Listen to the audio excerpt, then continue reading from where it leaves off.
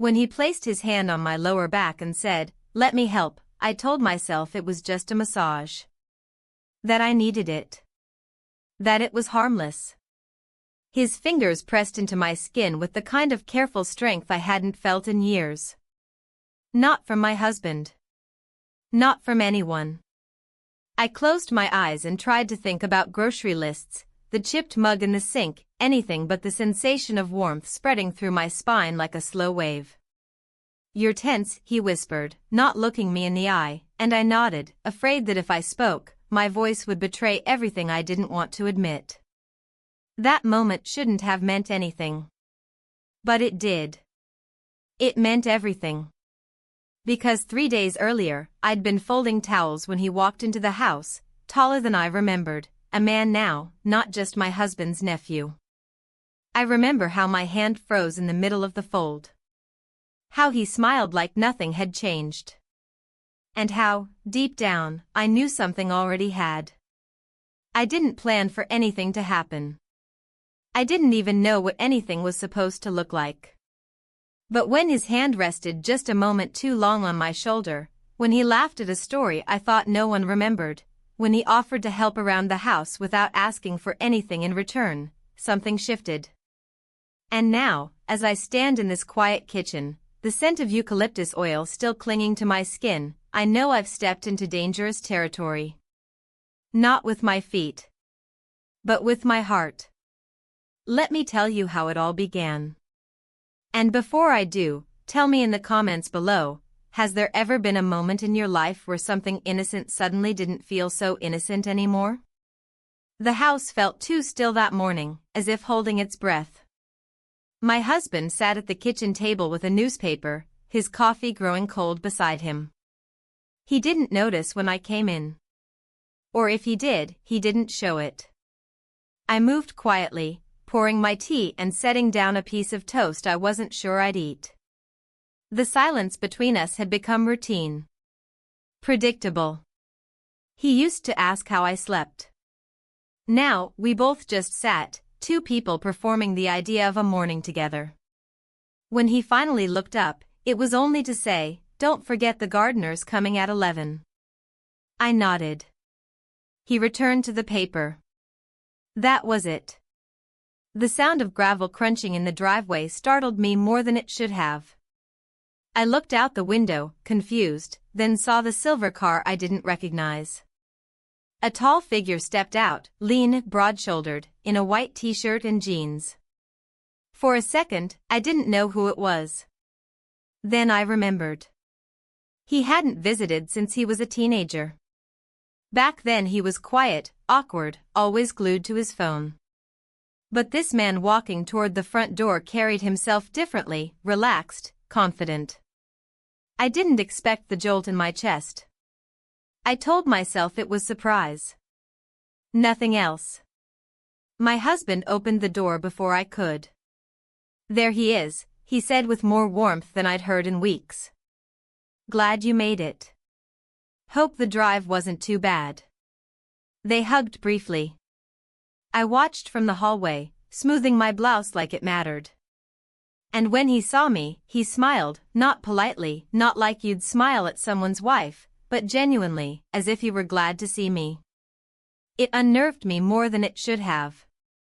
"You remember her," my husband said. "Still running the place better than I ever could." I gave a polite smile, the kind I kept on hand for guests, neighbors, delivery men. "It's been a long time," I said. He chuckled. "You haven't changed a bit." That was a lie. I had changed in more ways than I could explain. But I let it go. He was here to help around the house, fixing the back deck, clearing the shed, odds and ends my husband no longer had the energy or time for. It made sense. He was strong, capable, available. I tried to treat it like nothing. Like just another task on a list. But every time he walked past me, I became aware of how long it had been since I'd felt someone brush that close. Not in a way that was aggressive or inappropriate. Just present. At lunch, I made sandwiches. My husband had gone to town to pick up parts.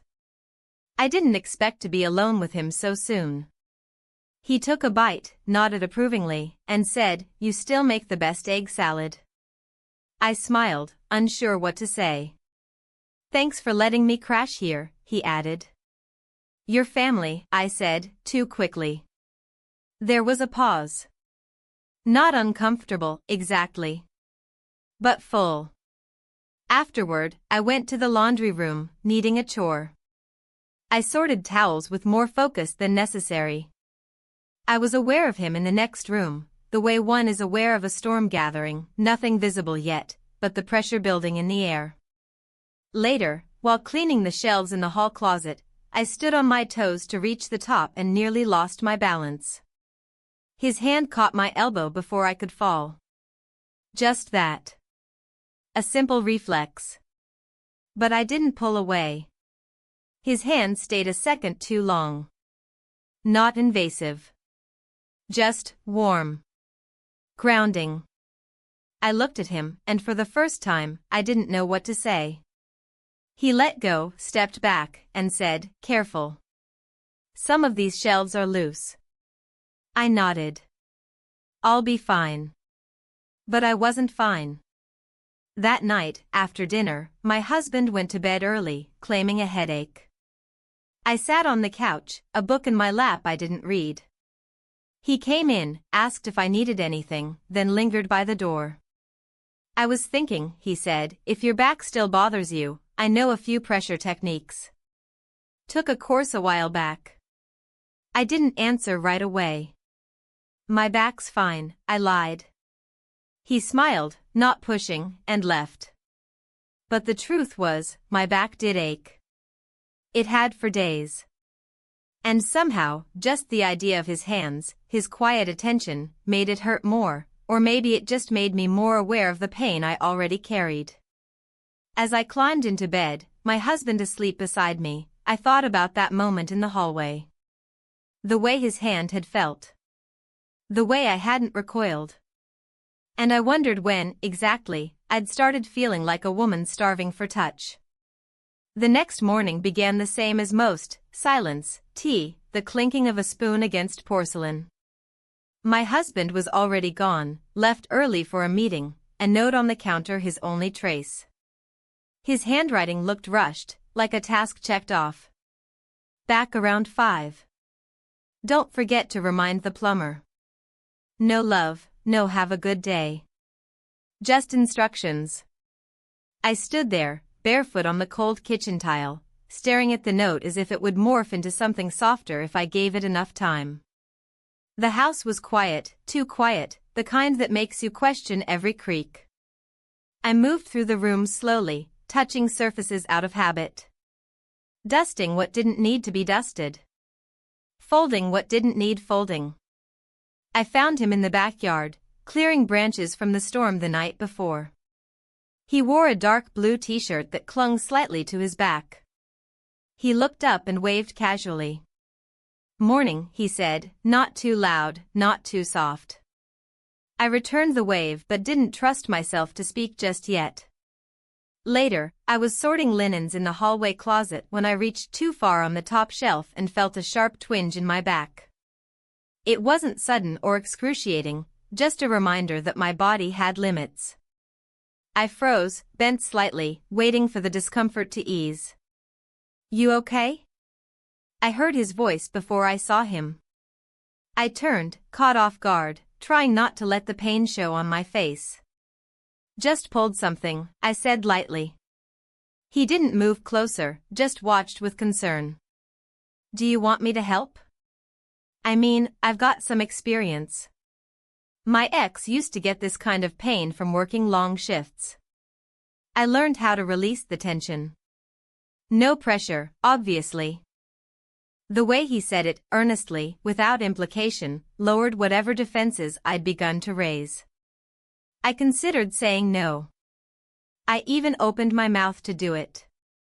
But instead, I nodded. I led him into the living room, sitting carefully on the edge of the couch.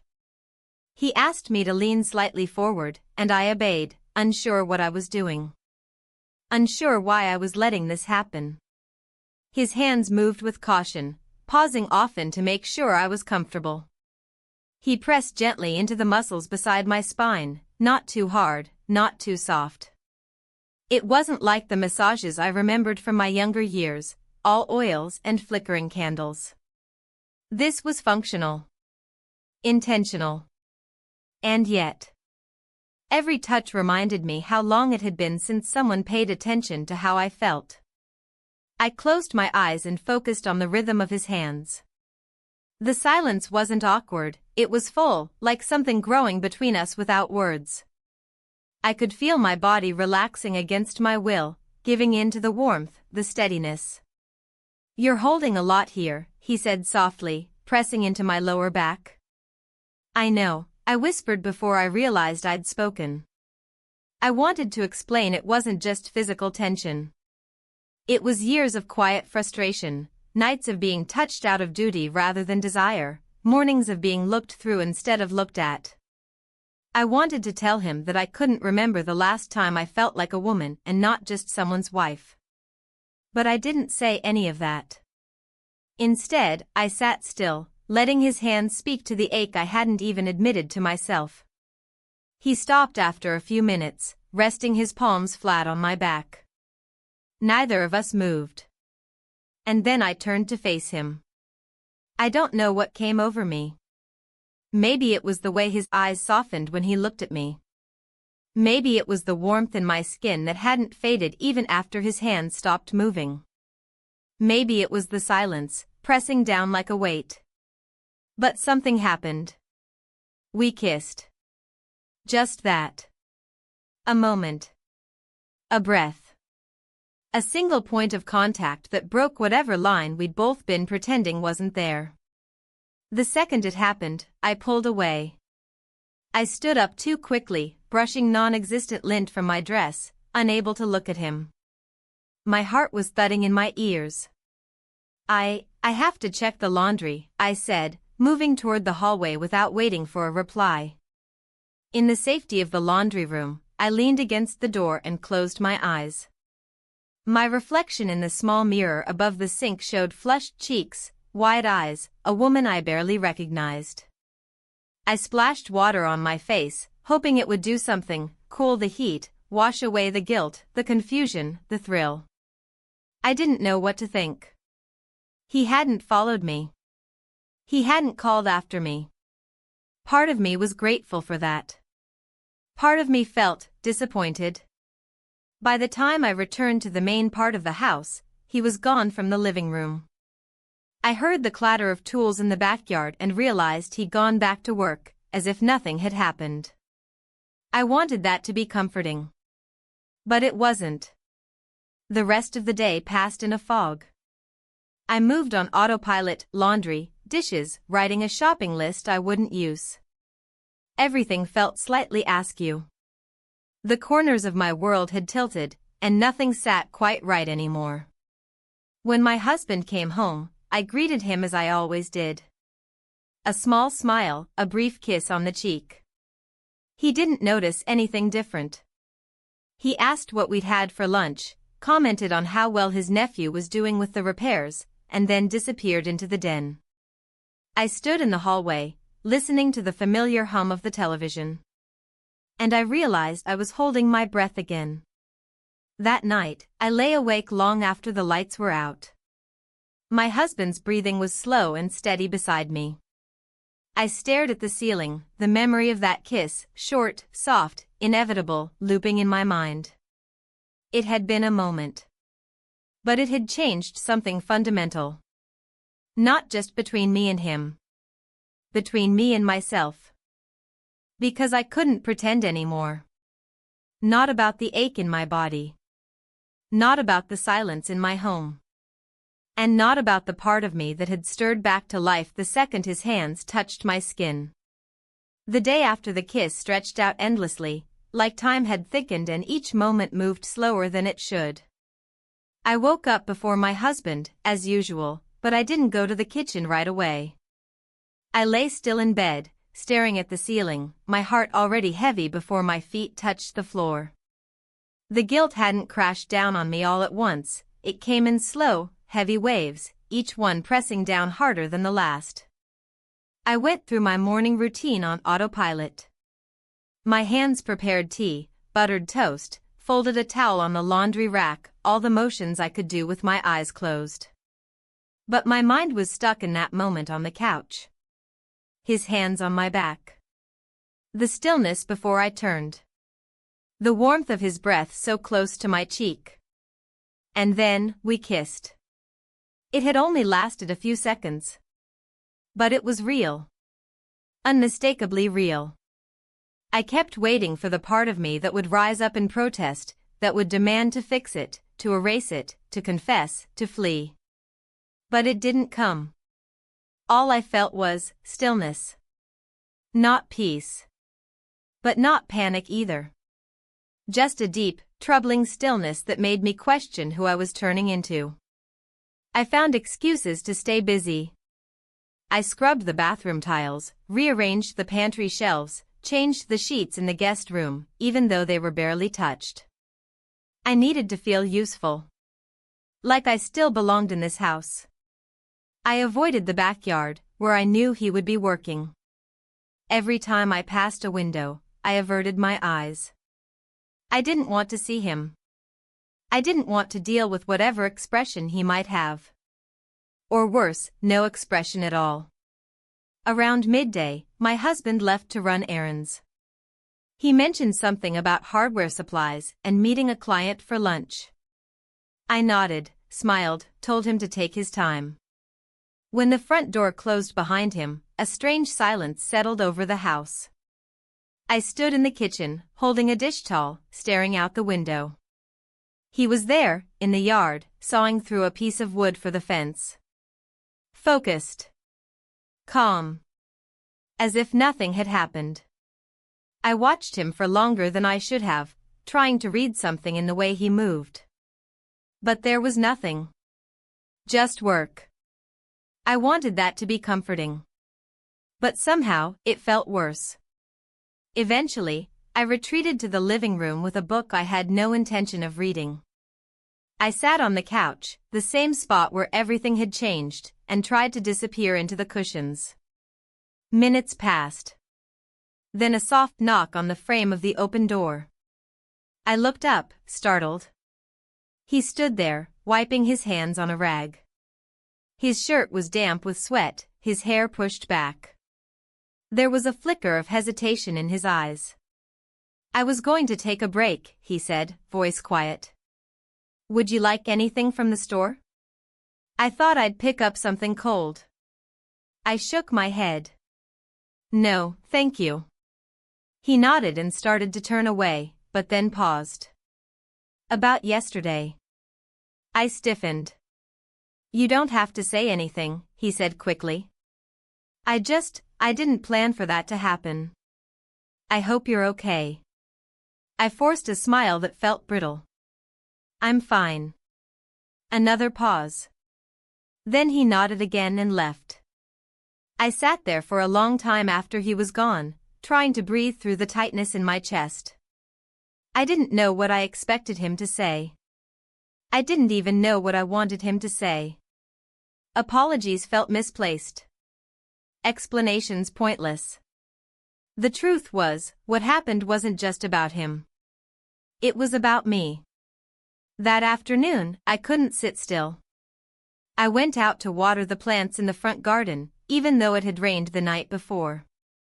I swept the entryway. I reorganized the hall closet. Every room I stepped into seemed too quiet, like the walls were watching me. Accusing me. Or waiting for something more. Dinner was a strained affair. My husband returned in a good mood, recounting a frustrating but amusing customer interaction at the hardware store. I nodded in all the right places, laughed where appropriate, but my thoughts were elsewhere. He didn't notice. Or if he did, he didn't say anything. The three of us ate together at the table that evening. The conversation was light, mostly led by my husband. I noticed how careful we both were, me and him. The way we didn't look at each other for too long. The way our voices never overlapped. The way our hands remained perfectly still beside our plates. After dinner, my husband went upstairs to shower. I stayed behind to clear the dishes. He offered to help, but I declined. I needed space. Not because I was angry at him, but because I didn't know how to be normal anymore.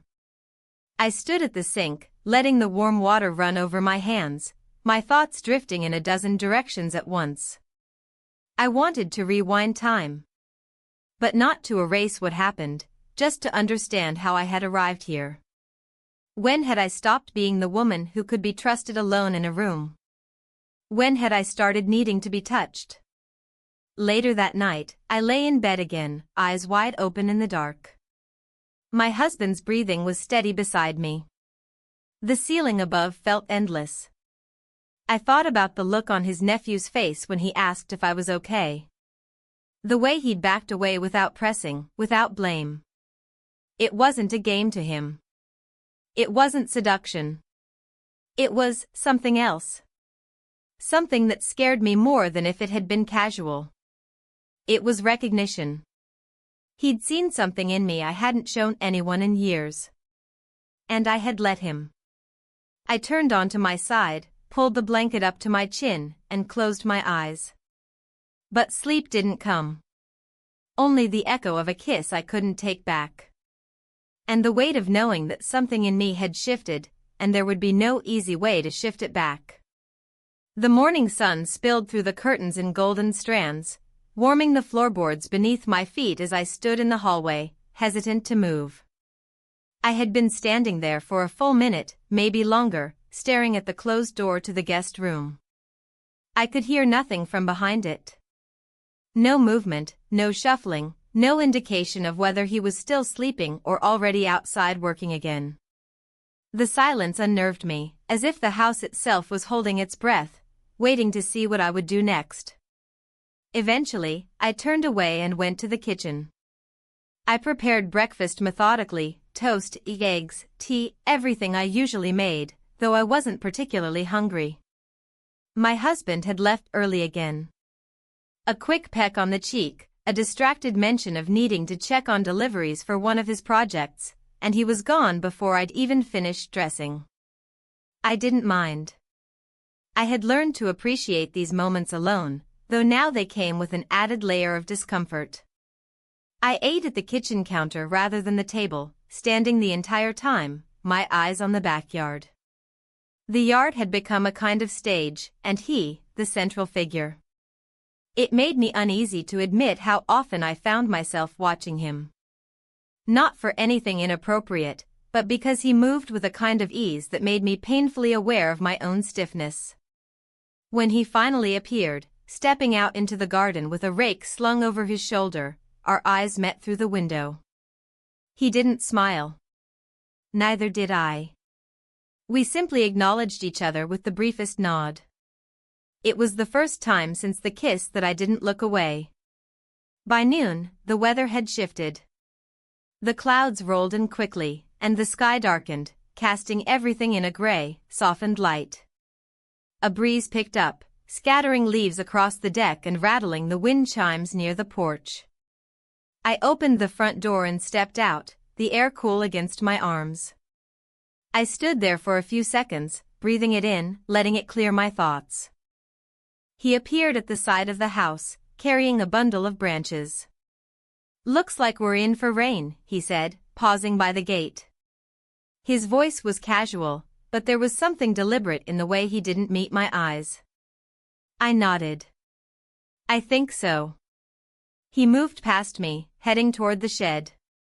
I turned to go back inside, but then stopped and called after him. "Can you help me bring in the chairs from the patio before it starts?" He turned, nodded again, and followed me to the backyard. We didn't speak as we worked. Just moved together in silence, lifting the heavier pieces of furniture, stacking cushions under the awning. It was an efficient rhythm, but the silence between us was weighted. Not angry. Not tense. Just full of things unsaid. At one point, I bent down to pick up a fallen cushion and felt the dull ache in my back return. I winced, placing a hand at my waist. He noticed immediately. "You should sit," he said. "You're straining again." "It's fine," I lied, but the stiffness in my voice gave me away. "Let me help," he said, already walking toward me. I stepped back instinctively. "We shouldn't." "I'm not trying to do anything," he said gently. "You're in pain." I didn't respond. I didn't have the energy to argue, or to explain the knot in my stomach that tightened every time he came near. I sat on the edge of the bench, staring straight ahead as he knelt behind me. He didn't touch me right away. He asked quietly if it was okay. I nodded. His hands were familiar now. Still careful. Still respectful. But I noticed things I hadn't before, the steadiness of his breathing, the way his fingers traced the edges of discomfort without crossing into anything indulgent. I wanted to tell him to stop. I wanted to say it was too much, too soon. But I didn't. Instead, I let the silence stretch out between us, the sound of the wind threading through the trees. The world felt smaller in that moment. Not because of what was happening, but because of what wasn't. When he finished, I stood slowly, adjusting my shirt without meeting his gaze. "Thank you," I said. He didn't reply. He just nodded and went back to gathering the last of the cushions. Back inside, I went to the bathroom and locked the door behind me, not because I feared intrusion, but because I needed the illusion of control. I stared at my reflection in the mirror. My face looked the same. My expression, composed. But I felt like someone else was living beneath my skin. I thought about my husband. About the way he used to look at me years ago, when we were still learning each other. About how I used to feel before everything became routine. I wasn't angry with him. He hadn't done anything wrong. That was the part that made everything harder. There was no villain here.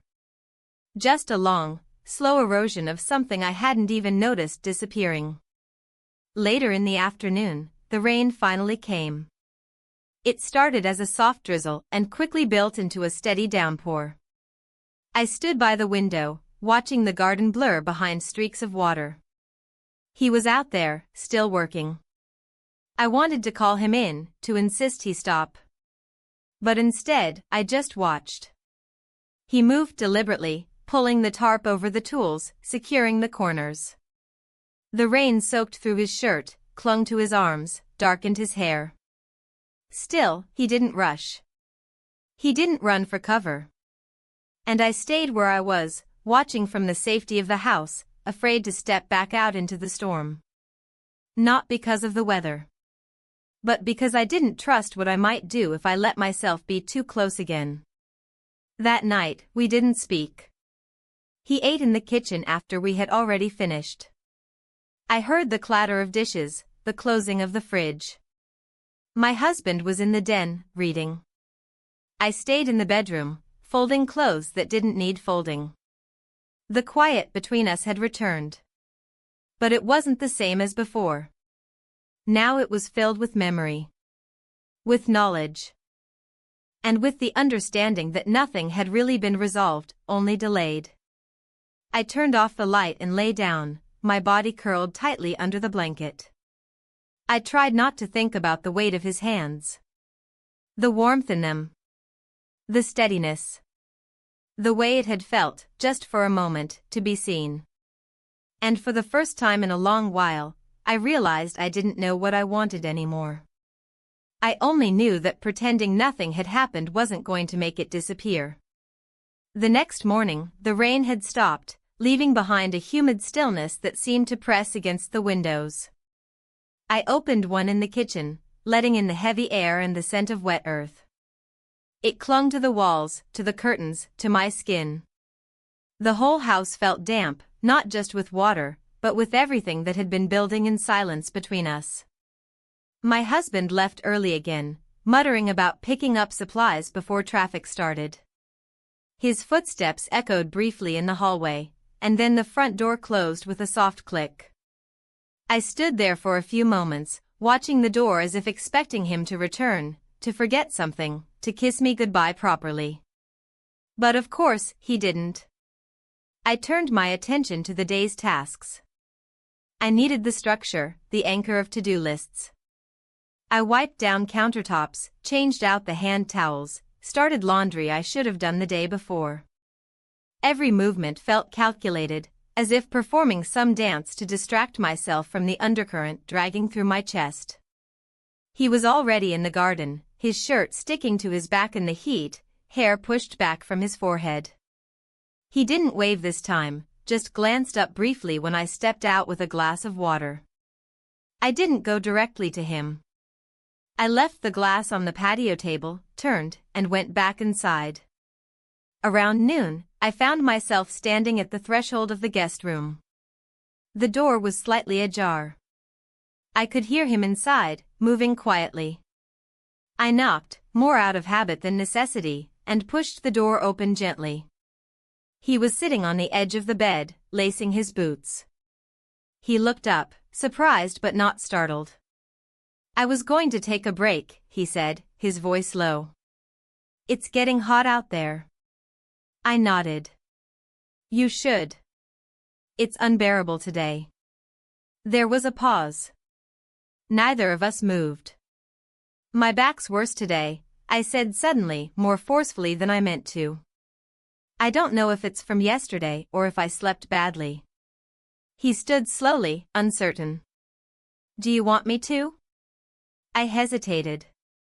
Then, quietly, "Yes." We didn't go to the living room this time. I led him to the den, where the light was dimmer, cooler.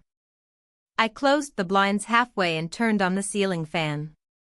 The soft whir of the blades filled the silence.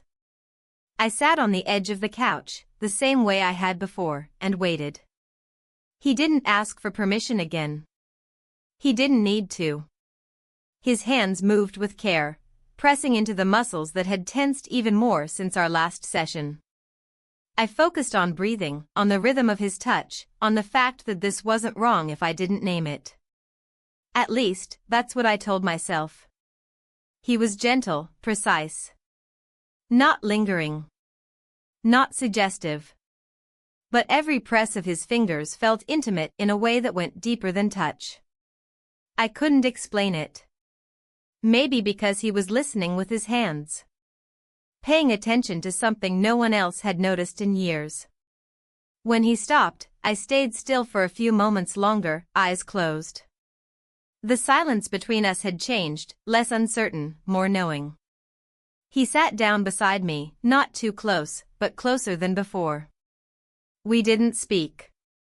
And then, without looking at him, I said, "I don't know what's happening." He didn't respond right away. But then, softly, "Neither do I." I turned to him, unsure what I expected to find in his face. Regret? Confusion? Desire? But what I saw was something quieter. Something real. And for reasons I can't quite justify, I leaned forward. We kissed. Nothing rushed. Nothing dramatic. Just a moment where the space between us disappeared. And again, I was reminded of how long it had been since someone had touched me with intention. I pulled away first. This time, he didn't speak. He didn't try to follow me when I stood and walked out of the room. I moved through the hallway like a ghost, unsure of what I was feeling, ashamed, perhaps, but not entirely. There was something else growing inside me, something more complicated. In the bathroom, I stood in front of the mirror, brushing my fingers over my lips as if trying to erase the memory of what had just happened. But it wasn't guilt that stayed with me. It was the clarity of the moment. The way my body had responded. The way I had leaned in not out of weakness, but choice. I busied myself again for the rest of the day. Cleaning. Sorting. Rearranging a drawer that didn't need to be touched. Anything to keep from sitting with the thoughts. from revisiting the feeling of his hands or the look in his eyes. By the time evening came, the heat had broken. A breeze moved through the house, lifting the corners of papers, making the curtains sway. I cooked dinner, mechanically chopping vegetables, boiling pasta. My husband arrived home later than usual, tired, distracted. He kissed my temple briefly as he passed, commenting on the smell of garlic in the air. I smiled, but it didn't reach my eyes. We ate in silence mostly. He talked about a delay in delivery, about traffic, about something the cashier had said. I nodded, responded when necessary, all while feeling like I was watching myself from somewhere outside my body. After dinner, he retreated to the den. I cleaned the dishes alone. As I scrubbed the pots, I could see him through the reflection in the kitchen window, sitting with a tablet, scrolling, immersed in his world. I watched him for a moment, remembering how that used to be enough for me. How I used to take comfort in the stillness between us. But now, I wasn't sure if it was stillness or just distance in disguise. When the kitchen was clean, I walked outside for air. The sky was streaked with the last blush of sunset. I sat on the porch steps, arms wrapped around my knees, listening to the quiet. He passed by behind me, headed toward the guest house. Our eyes met briefly. We didn't speak. But we didn't have to. Something had already been said. Twice now. Without words. And I knew, deep down, that the next time we were alone again, silence wouldn't be enough to hold back what was coming. The next day began with a sky that promised heat again. The kind of heat that doesn't announce itself with a blinding sun, but one that seeps in quietly, settling into the walls, rising up from the floorboards, clinging to your skin before you even realize it. I felt at the moment I stepped out of bed, that heaviness in the air. And yet it wasn't the weather that weighed most on me, it was what had been building quietly between us, layer by layer. I went through the morning motions, dressing, washing my face, tying my hair back, doing everything with a deliberate slowness, as if rushing would stir something I wasn't ready to face. Downstairs, my husband was already in his office, his voice muffled behind a closed door. I could hear him on the phone, talking about contracts and deadlines. It all sounded so far away, like another language I no longer spoke. I made coffee, letting the smell fill the kitchen, hoping it would offer some sense of normalcy. It didn't.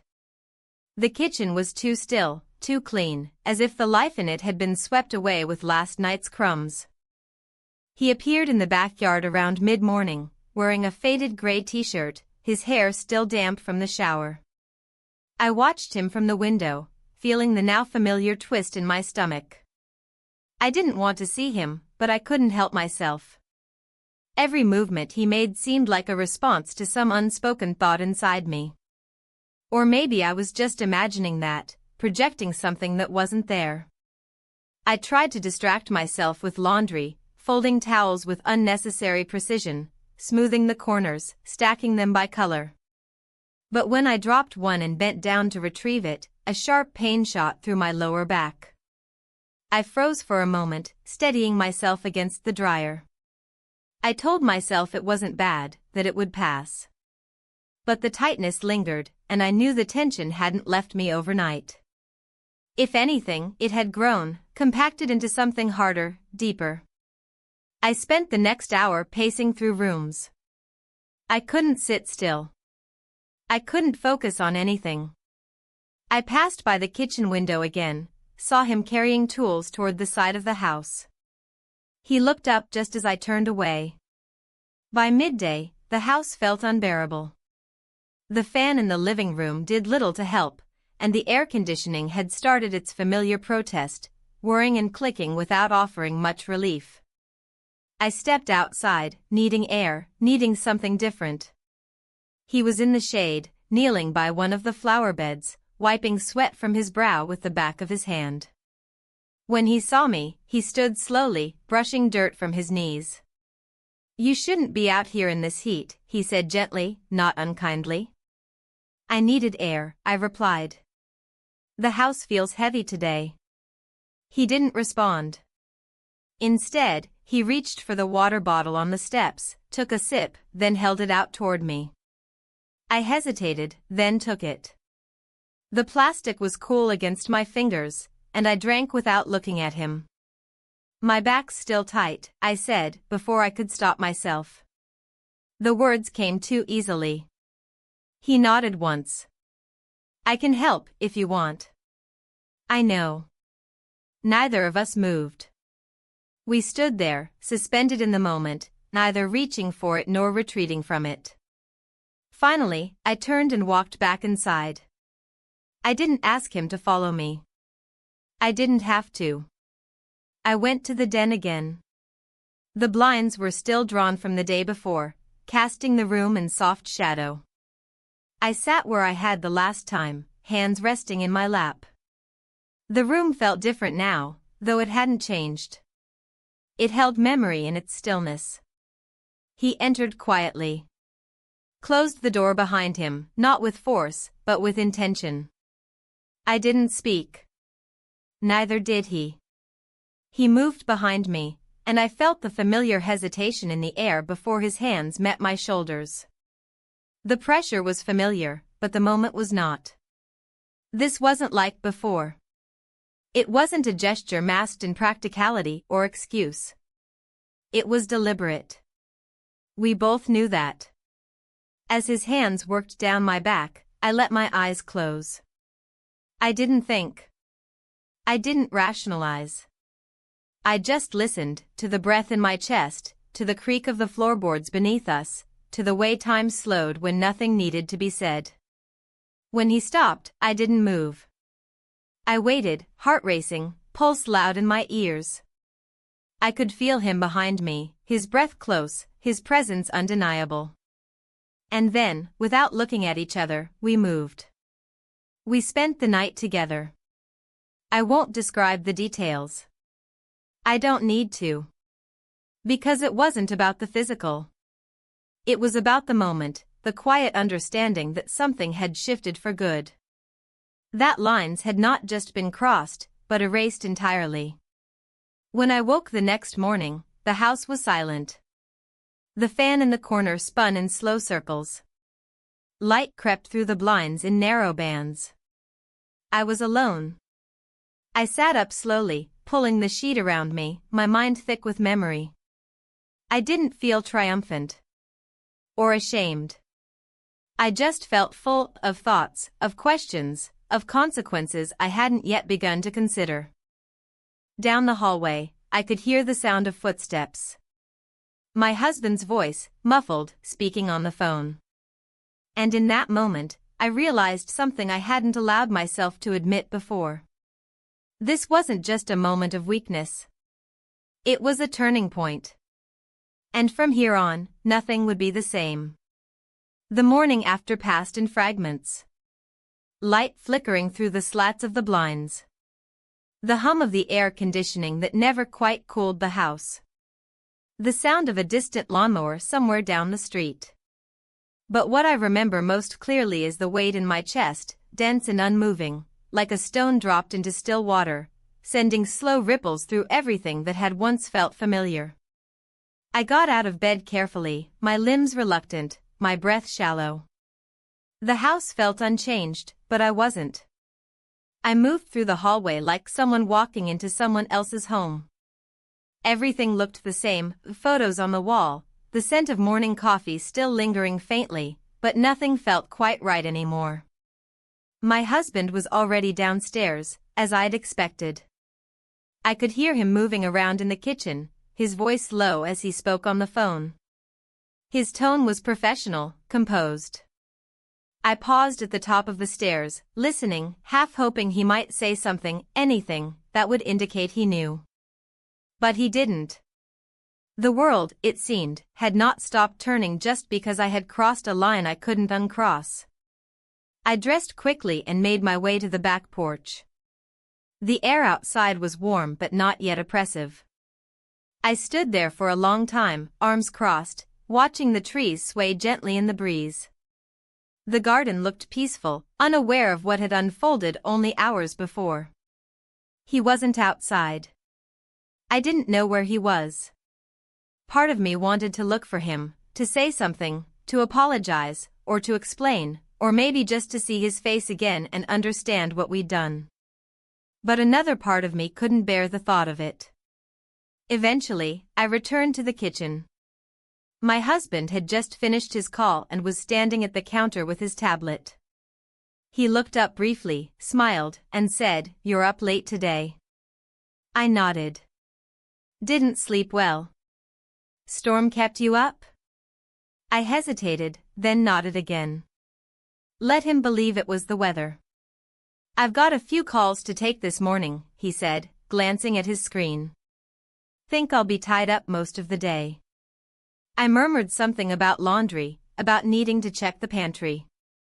My words felt distant, like they belonged to someone else. He didn't notice. He kissed my cheek absently and disappeared into his office, the door clicking shut behind him. And then I was alone again. I didn't seek him out immediately. I busied myself with small tasks, refolding dish towels, sweeping the hallway even though it didn't need it, organizing the contents of a drawer I hadn't opened in weeks.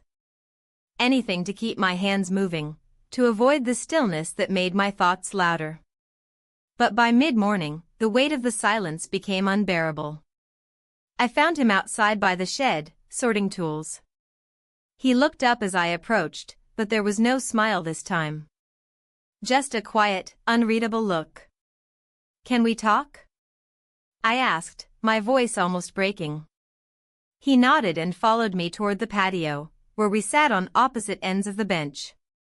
The space between us felt wider than ever. I didn't know where to begin. The words gathered in my throat, thick and difficult, and for a moment I thought I might not say anything at all. But then they came. I didn't mean for it to happen. He didn't interrupt. "I don't regret it," I added quickly. "But I didn't expect it." He looked at his hands, then said, "Neither did I." We sat there, the wind moving gently around us, the sound of birdsong in the distance. The quiet between us wasn't tense, but it wasn't peaceful either. It was the quiet of two people who had crossed a line and now had to live with what that meant. "I don't know what happens next," I said, staring out at the garden. "Me neither." There was no blame in his voice. No anger. Just an honesty that I hadn't felt in a long time. I wanted to ask if he was ashamed. If he wished it had never happened. But I didn't. Because I wasn't sure how I'd answer those questions myself. We didn't speak again for a long time. Eventually, he stood, nodded once, and returned to his work. I watched him go, the ache in my chest deepening. Not from guilt. From uncertainty. The rest of the day passed like a dream. I moved through it, present in body but nowhere else. I made lunch I didn't eat. I answered a text from a neighbor I barely remembered sending. I folded laundry and forgot where I'd placed it. At one point in the afternoon, I saw him walking to his car. I watched from the window as he stood there, door open, one hand resting on the roof. He didn't get in. He just stood, unmoving. Then he turned and walked back to the house. I don't know what that meant. Maybe he was going to leave and changed his mind. Maybe he needed air. Maybe he was as confused as I was. That evening, my husband suggested we watch something together. I agreed. I sat beside him on the couch, nodded at the right moments, laughed when he did. But I wasn't really there.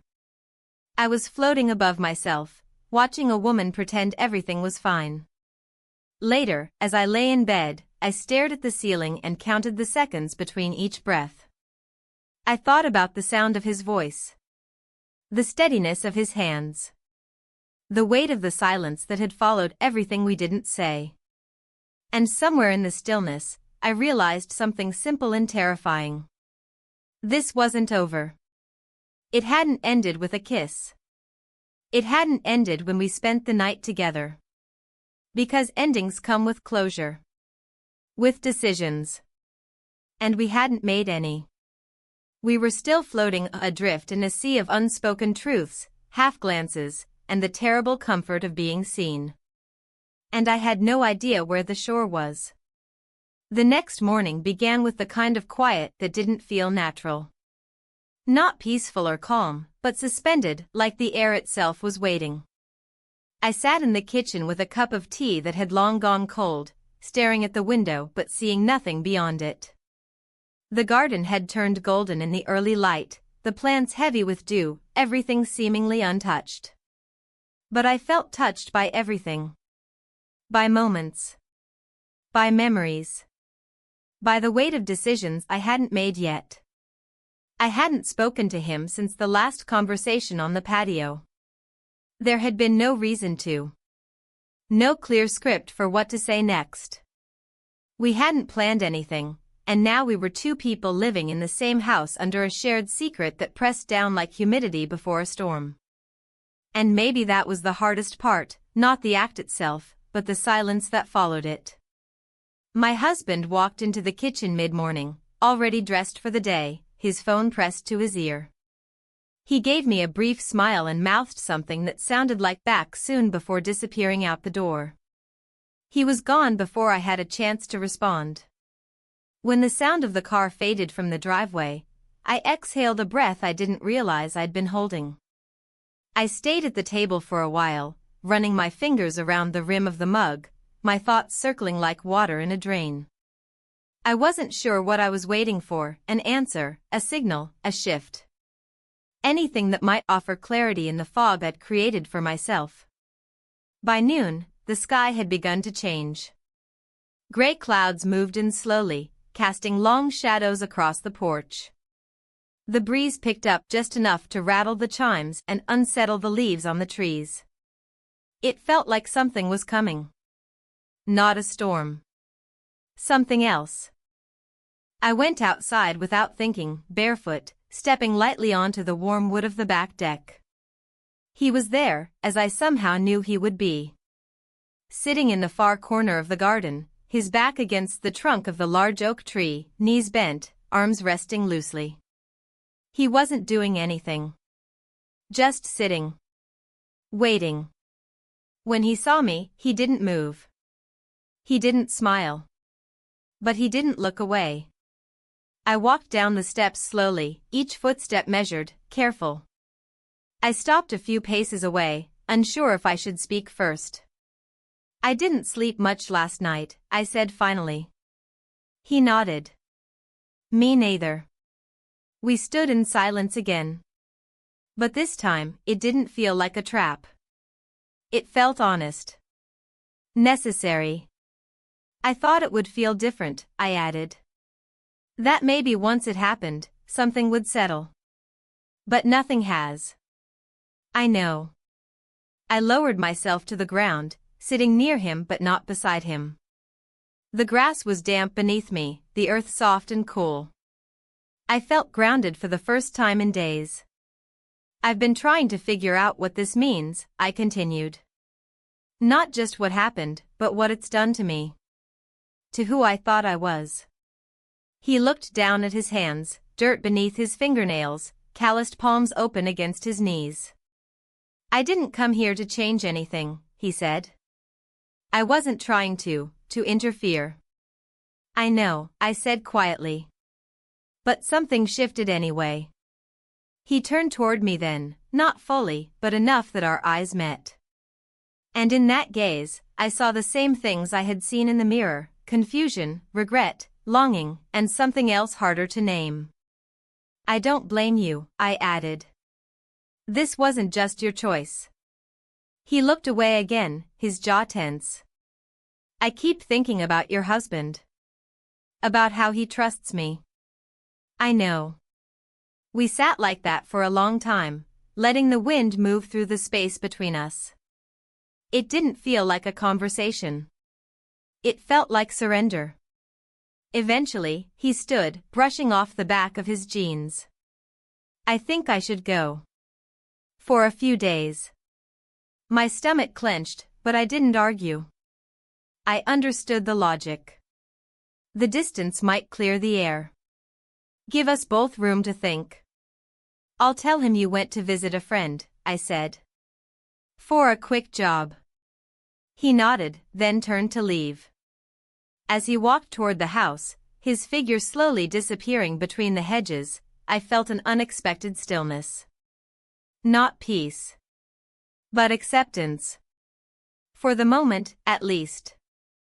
Back inside, I began stripping the guest bed. It was the first time I had touched the sheets since that night, and every movement brought a new memory. The sound of breath, the hush of the fan, the warmth beside me.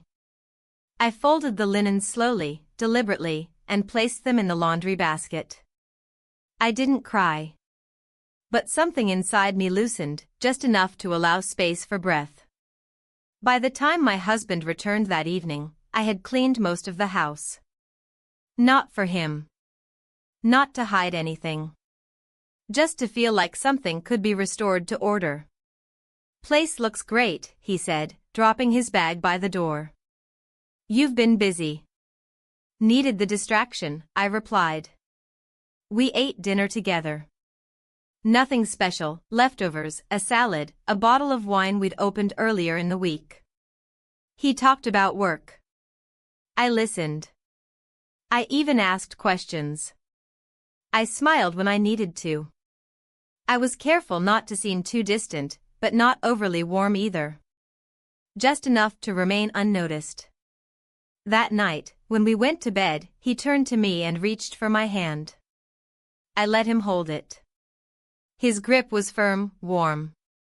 Familiar. I closed my eyes, letting the touch remind me of who I had been before everything changed. But I also knew it wasn't the same. Not because I didn't love him. But because love and honesty don't always coexist.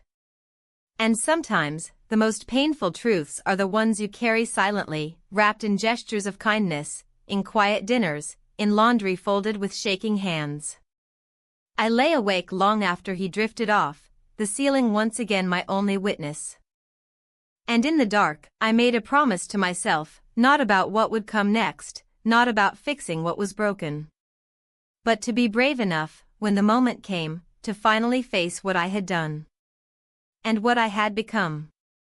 The next few days passed in a strange rhythm, as if time had changed its shape.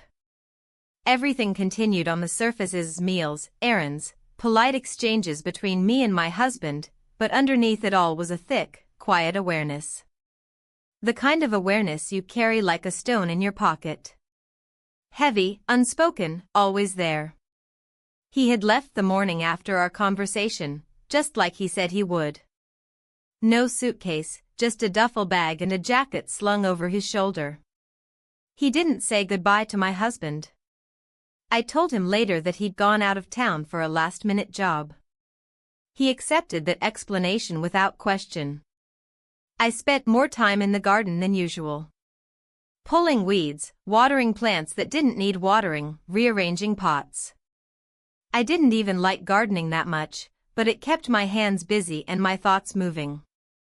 If I stopped, if I sat too long, I could feel the unease rising in my chest again. My husband didn't notice much had changed. Or if he did, he didn't say anything. He continued with his projects, his work calls, his routines.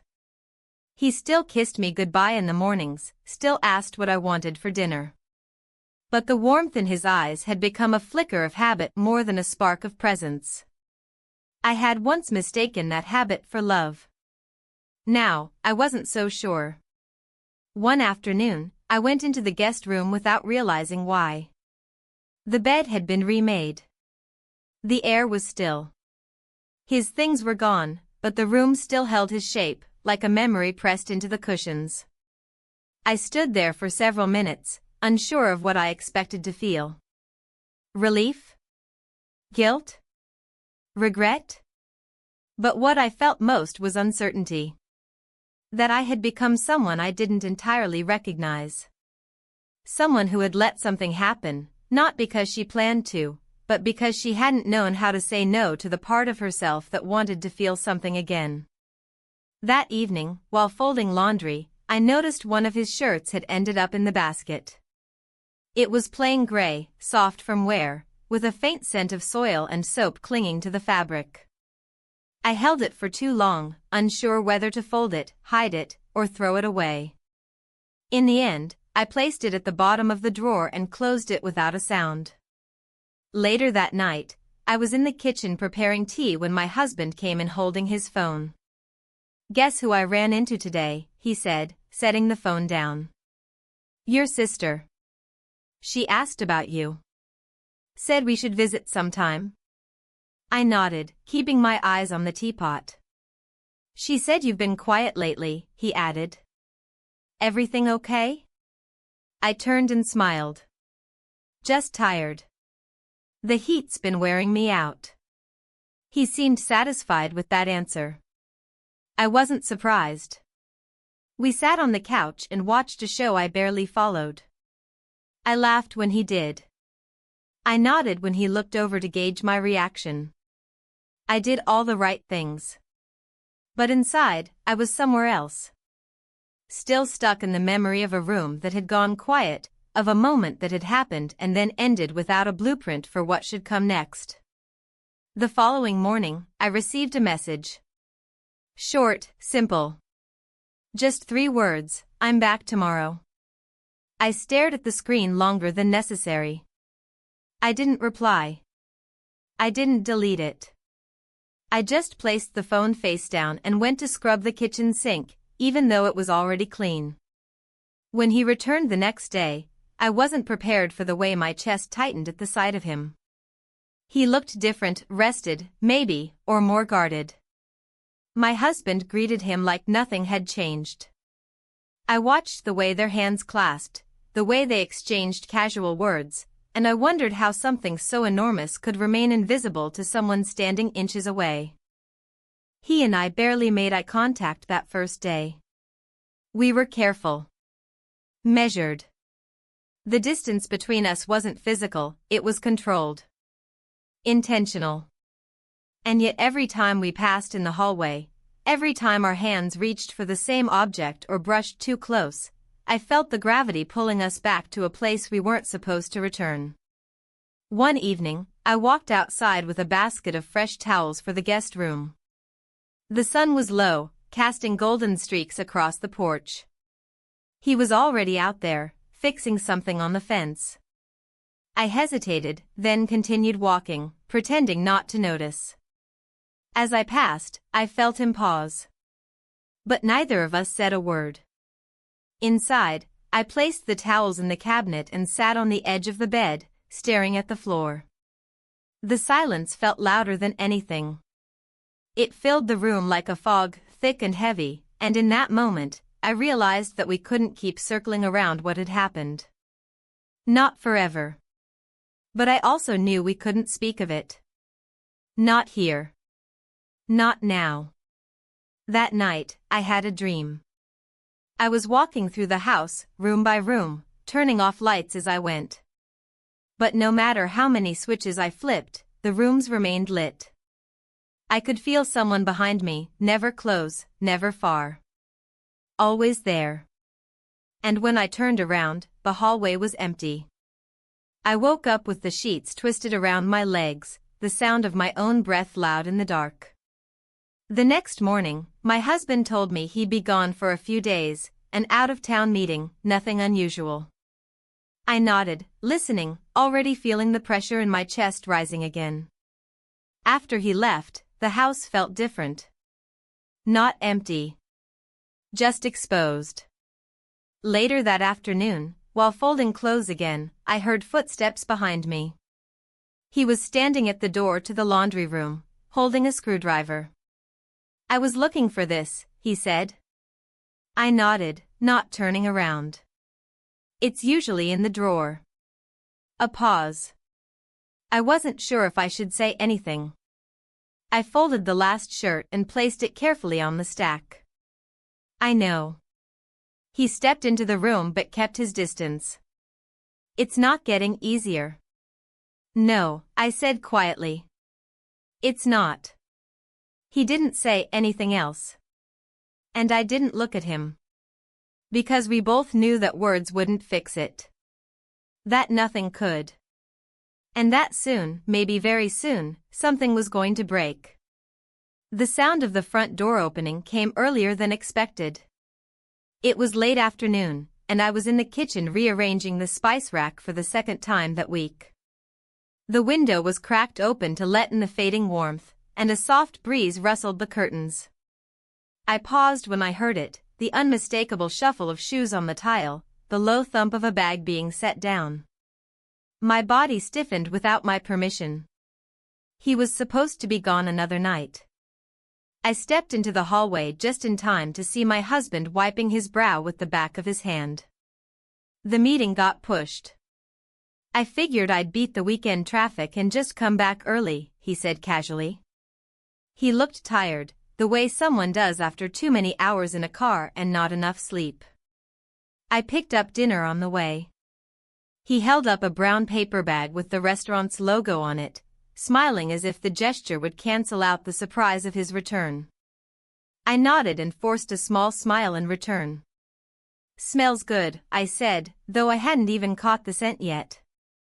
We moved into the kitchen. He placed the bag on the counter and began unpacking the containers. The silence between us wasn't unusual, there had always been stretches of quiet in our routine, but today it clung to the corners of the room like something trying to hide. I set the table. He poured water into glasses. We ate quickly, talking about traffic, the heat, how the neighbor's tree was dropping leaves all over the driveway again. But it was all filler. Neither of us really listened. I could feel it in the way our eyes didn't meet, how our words were shaped more by habit than by need. After dinner, I cleaned the kitchen while he disappeared upstairs to shower. I was scrubbing a plate when I heard a sound, light but distinct. A door opening that wasn't supposed to. A step too firm. My breath caught. I turned off the water and stood still, trying to identify the direction of the sound. Then I heard it again, footsteps, followed by the creak of a door hinge. The guest room. My heart began to pound. I dried my hands quickly, not bothering to hang up the towel, and stepped into the hallway. The door to the guest room was open. My husband stood just inside, his back to me. He was holding something in his hand, a folded shirt, soft gray. The one I had hidden at the bottom of the drawer. He turned slowly, his face unreadable. "This isn't mine," he said. His tone was flat. Not angry. Not accusing. Just steady. I felt my body lock into place. The air felt too thick to breathe. "I didn't think I left anything in here," he added, eyes fixed on me. My mouth opened, but no sound came. There were no words that could dress this moment in anything other than what it was. He stepped closer, still holding the shirt. "Whose is it?" I took a breath, shallow and quick. "It's his." The silence that followed was the loudest I'd ever heard. It filled every corner of the room, pushing in on us like a pressure drop before a storm. He didn't ask anything else. He just looked at me for a long time. And in that gaze, I saw all the questions he wasn't voicing. When? How? Why? But I also saw something else. Something worse than shock or anger. I saw recognition. He'd known. Maybe not the details. Maybe not the exact shape of the truth. But he'd felt it. In the distance between us. In the silence that stretched too long. In the way I had started folding towels with a different kind of urgency. He set the shirt down on the edge of the bed and stepped past me into the hallway. I followed him, but not quickly. I wasn't sure what I'd even say. Downstairs, he stood near the back door, arms crossed, looking out at the garden. The sky was beginning to darken, streaked with orange and soft gray. The trees swayed gently. The wind picked up. "I'm not going to yell," he said after a while. "That's not who I am." I nodded, staying near the wall, unsure where I was supposed to stand. "I don't want details," he continued. "I don't think I could hear them." I swallowed hard. "I understand." He turned toward me, finally, and for the first time in what felt like years, really looked at me. "I just want to know. Was it more than a mistake?" The question landed like a stone in the center of my chest. I thought of the garden. The quiet massages. The way he had touched me without asking for anything. The conversations we'd shared with no words. The silence that had spoken louder than my own voice. "Yes," I said. "It was." My husband looked down, exhaled slowly, and nodded once. He didn't cry. He didn't shout. He just stood there, holding himself in a stillness I didn't dare interrupt. "I don't know what happens next," he said quietly. "But I need some time." "I understand." He didn't ask where I would go. He didn't ask who knew. He didn't even ask if it was over. He just walked past me, slowly, his footsteps careful, deliberate. He went up the stairs without another word. A few moments later, I heard the door to the guest room shut. Not ours. His. I stood in the kitchen until the sun dipped low enough that the light couldn't find me anymore.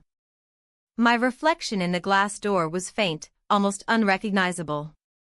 I pressed my palm to the frame, cool and solid beneath my skin, and finally allowed myself to feel the weight of everything I'd done. I didn't cry. Not because I wasn't broken. But because in that moment, I finally understood the difference between an ending and a consequence. One is a choice. The other is what follows when you've stopped making them.